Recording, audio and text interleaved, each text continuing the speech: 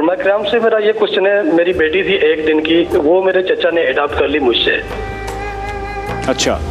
तो 1 दिन की बेटी थी मेरी, अभी वो चचा मेरा किसी और शहर में रहता है, मैं किसी और शहर में रहता हूँ। तो उस दिन के बाद आज 8 साल की मेरी बेटी होगी, हमें जब पता चला कि जी उसने वल्दियत में अपना नाम दर्ज कराया है, मेरा चचा ने हमारे नाम के बजाय अपना नाम दर्ज कराया है। तो इस्लाम की रोशनी में ये बताइएगा मुझे, क्या इस्लाम में ये जायज़ है कि वल्दियत में जबकि वालिदैन भी जिंदा हैं, वालिदैन मौजूद हैं, उस सूरत में बजाय वो उनका नाम दर्ज कराए और उन्हें अपना नाम दर्ज कराया बेटी की? आपने अपनी मर्जी से दी थी बच्ची? जी, आपने अपनी मर्जी से दी थी बच्ची?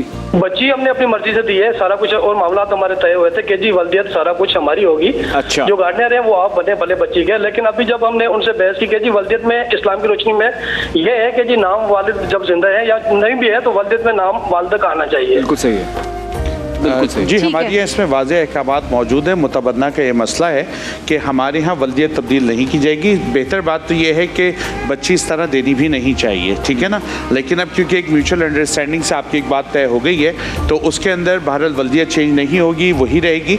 और जब आप ख़ुद ये बयान फरमा रहे हैं कि जब आप बच्ची को दे रहे थे उस वक्त भी ये बात म्यूचुअली तय हो चुकी थी कि हम नाम तब्दील नहीं करेंगे, तो आपके चचा कानूनन भी इस बात के पाबंद हैं, शरन भी पाबंद हैं, अखलाकन भी पाबंद हैं कि उस नाम को तब्दील नहीं करें, बल्कि आप ही के नाम से वो सारा सिलसिला। अच्छा, कोई ऐसा बच्चा है जिसके वालिद या वालिदा का पता नहीं है और आपने अडॉप्ट कर लिया है, कोई यतीम बच्चा है, किसी का पता नहीं है, जी जी, तो उसके लिए क्या हुक्म है? देखें, उसके अंदर मुनासिब बात तो यही है कि आप वक्ती तौर पर, क्योंकि अब तो हमारे डॉक्यूमेंटेशन का एक पूरा प्रोसीजर भी होता है, तो उसमें तो आप यकीनन इसको चला सकते हैं। लेकिन कहीं अगर किसी मकाम पर, हाँ अपने लिए भी चला सकते हैं, लेकिन अगर किसी मकाम के ऊपर आपको सराहत की जरूरत पड़ेगी तो आप इसकी वजाहत करेंगे कि मेरी बच्ची नहीं है। और विरासत का मसला भी इसी तरीके से होगा कि वो आपके बराह रास्त इनहेरिटेंस का हिस्सा नहीं बनेंगे, बल्कि आपको उस पर वसीयत करनी पड़ेगी और वसीयत में से आप जो देना चाहें वो 1/3 के ऊपर वसीयत नाफिज होगी, वो आप दे सकते हैं। आप ऐड करें। इस पे बहुत तुलानी डिस्कशन रही है मरहूम आमिर लियाकत साहब के प्रोग्राम में, क्योंकि यहाँ पर जैसे आपने यतीमों का पूछा,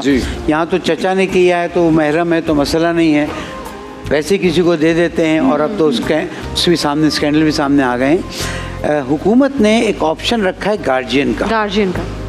अगर एक्चुअल वालिद का नाम नहीं पता है या किसी को दे दिया गया है तो वो वालिद के उन्वान से नहीं आएगा, जैसे उन्होंने फरमाया है गार्जियनशिप के हिसाब से आएगा, ताकि इंटरनेशनल वीज़ा और दूसरी चीज़ों में भी कोई और स्टेट के हर डॉक्यूमेंट में स्कूल एंड कॉलेज हर जगह पे गार्जियन का एक आ रहा होता है।